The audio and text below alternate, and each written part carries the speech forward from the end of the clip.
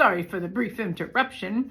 I had to take a very important phone call, so hopefully I'll make it through the majority of this now without being interrupted, so that I can just, contain it into 2 videos now.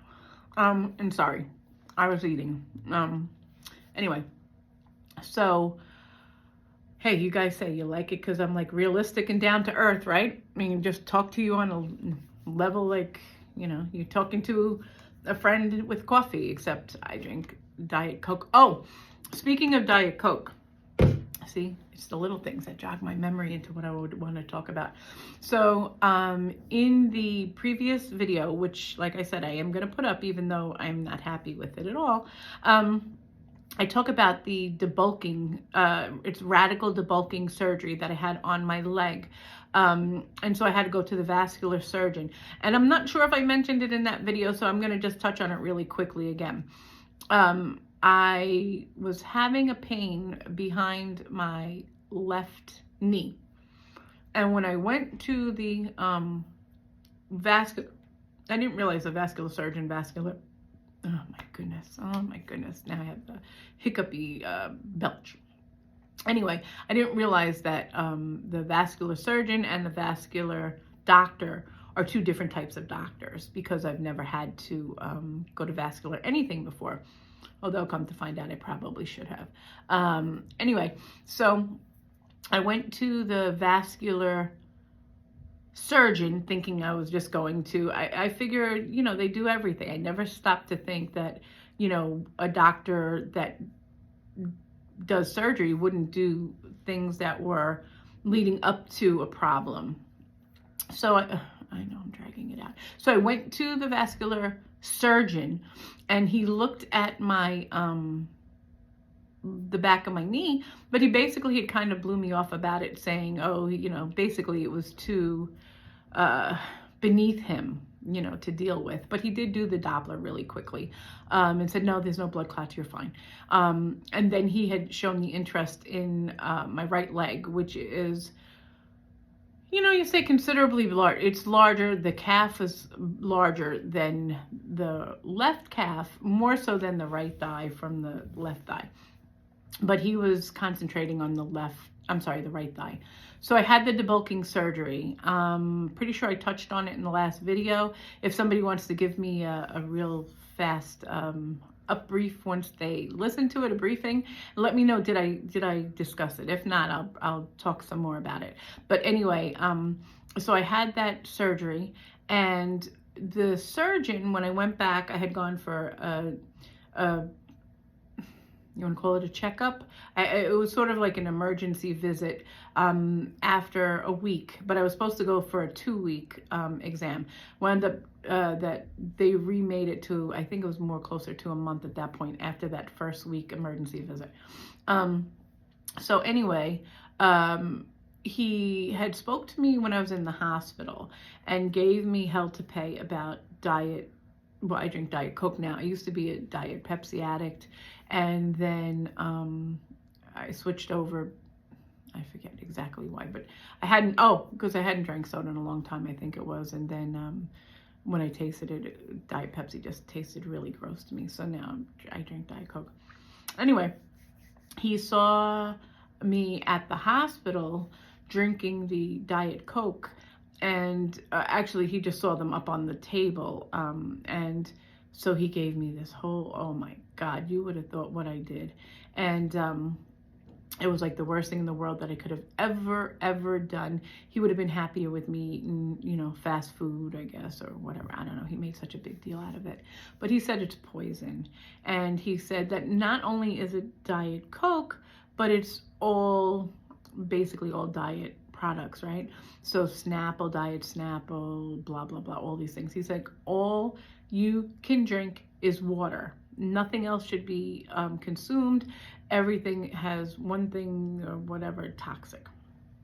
All right, so I told him, okay, I understand, and but I can't not drink Diet Coke. I just can't do it. So, I mean, I can. I went without soda for 4 years, but I've always been a very strong soda drinker. So I went without it for 4 years, and then when I went back to it, you know, it's been a mainstay ever since. So all I was trying to bring that up for was basically to, you know, tell people if you really can lay off of it, really try to, because for this surgeon to make such a big deal over it, I mean, he really did, like, he made a big deal over it. It should make us all take pause and think about what we're actually consuming, because food is bad enough, right? And you say, oh, but at least it's diet. Well, apparently that's where the biggest part of that problem is, that because it is diet, and especially for those who have diabetes, you say, well, I can't drink regular soda because of the sugar content, and I can't drink whatever else, and water doesn't have any kind of appeal. I won't say it doesn't taste good. It tastes like water. It tastes like it's supposed to taste. But, you know, there's really no appeal to just plain old water unless you're really thirsty, your body's really calling for it, or if you like the taste of water by itself. So anyway, so then we tend to lean on the diet sodas. I don't know how many people out here might remember Tab. I know that it's still able to be found on the shelves. I don't know how authentic it is to the old Tab, but I know you can get them in, well, in this area, you can get them in the little mini cans. Haven't had one, haven't had the desire to have one. It's been many years, but I used to love Tab, and I used to love Pepsi Light, but oh my goodness, I'm not editing. And so then the other thing is that, like I said, I've been hooked on soda for forever. So I haven't been able to give it up. I haven't. But so anyone who is able to, it is really something that he insists is so critical. And I mean, we've gotten this far. You know, I tell myself, oh, you've gotten this far drinking it so far, and, you know, nothing's happened, nothing terrible. But who knows what's really happened, you know? Who really knows? So anyway, I got on the scale. I saw that, too much to my surprise, that it was only a 2-pound gain. And so I knew I could play with those 2 pounds back and forth over the next, you know, week or two until we settle back down into the holidays being over, which is right where I'm at now. And I think I'm sure I've mentioned before that we should take little increments. Don't look at the big picture. You know, someone I know says, oh, I want to lose 100 pounds. And this month I want to lose 20 pounds. If I can get to 20 pounds, it's not that you can't. I mean, there was a time, even though I've gained it back since then, but there was a time where I lost 60 pounds or 60 some odd pounds in about 2 months. I ate once a day. I ate whatever I wanted, but I only ate one thing.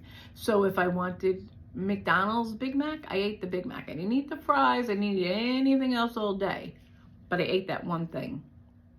And again, I definitely moved more. You know, I walked a lot, and yeah, 62 pounds in 2 months. So would I ever be able to do that much again? Very doubtful. Otherwise I would have done it by now. And you also have to have the mindset at the time that you're doing it, right? So if you're weak in the mind or you're too easy to give in, we can always screw up. But we have to, you know, they always say, oh, get back on track. But it's kind of true.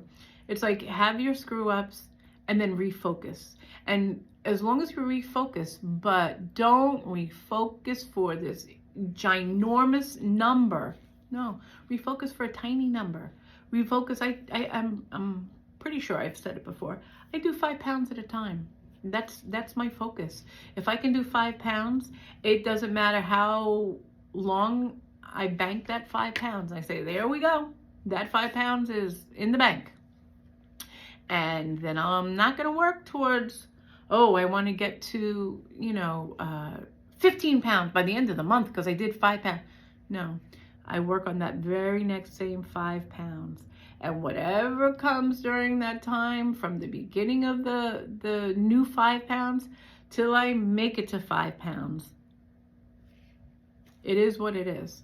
But I just keep the goal at 5 pounds. That way, I don't really disappoint myself. I don't sabotage myself per se, because there's not that much to be disappointed at. Now, if you do something similar to like I did with the holidays, right? I think we all do it. It's supposedly, the joke is holiday calories don't count, which of course they do. But anyway, if you avoid any kind of, let's just say, weighing on the scale, but if you avoid accountability completely, for a long amount of time, you're going to regret it, obviously, because old habits creep up quickly. And Ozempic or not, like I've explained to you, you have to work with it, especially after you've been taking it for a while. That first initial month or two, you're going to get, that's why you hear all these people, 40 pounds in 2 months, and 25 pounds in a month, or 15 pounds in a month. Those people have all had fantastic restriction. Their A1Cs have leveled if they needed to. Might not be, I don't know that much about diabetes because, like I said, I've never been diabetic or pre-diabetic, but I just know that there's a really high number. Then there's a range that's not so terrible. And I think that people, if they hit like a 7, they're satisfied. I've always been in like the range of 5. Anytime I've gone to the doctor, the hospital, it's always around the 5-ish, so again, I can't relate to that other than to just tell what I know.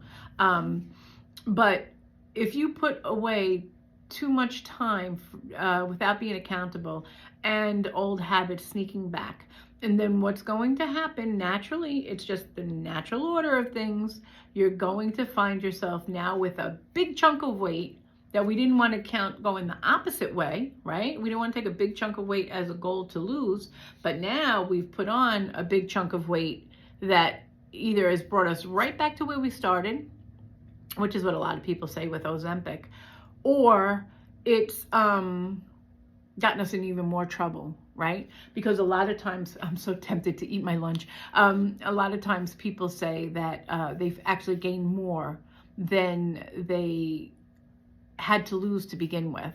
And that's not with Ozempic. That's just in general, any weight loss or diet or something like that. And there's a couple of reasons for that.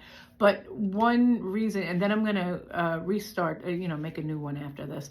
But there's a couple of reasons that the weight gain can be more than what was lost originally. And it's my understanding that fat cells, once they're, you want to call them activated, once they've been used in your body, and I could be maybe not quite accurate, but this is where I heard from like many, many years ago. But you have these little cells, right? Fat cells. And if you don't gain weight, you aren't activating some of the ones that are more dormant, inactive. But if you gain weight, you've kind of clicked off, a few more here and there. So now those guys have been activated. And as you gain more weight, you're filling up a couple more, right?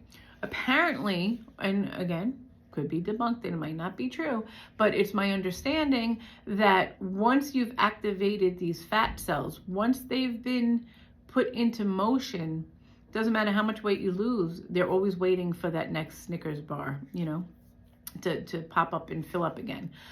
Which is the same way as when they say if you have lipo or any of these other types of enhancement surgeries, right? If you gain weight, you're still going to gain weight. It's just going to be somewhere else because those fat cells have been removed.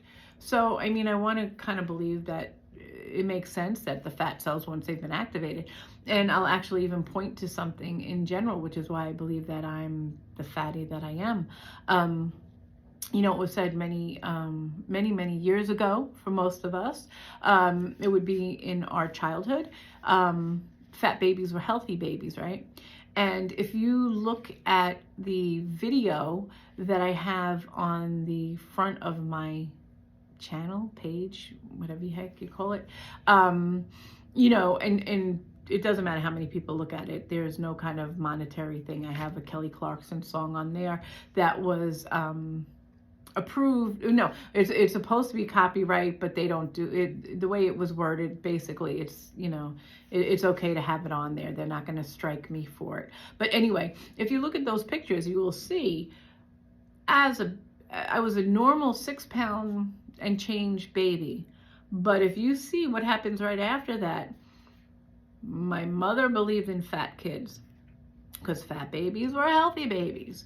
Well, if I tell you now, there's 8 of us, we would have to have the panoramic, widescreen, ridiculous football field lens to fit us all in because everybody is extremely overweight. And so when you see those pictures, you'll see myself, my brother, and it's 2 brothers. And I believe for my 2nd birthday, and I'm sitting on the table. Yeah, and I think it's my 2nd birthday. It might be my 1st birthday, but I think it's my 2nd. I'm huge with these dark circles under my eyes. My brothers are huge. I mean, it's just disgusting of a disgusting photo. But I want to go so far as to say those fat cells were already being set in motion, right? And over the course of time, there was a short, I don't know why I keep going on. Let me cut it here. Let me eat my lunch, and then I'll make a part 3.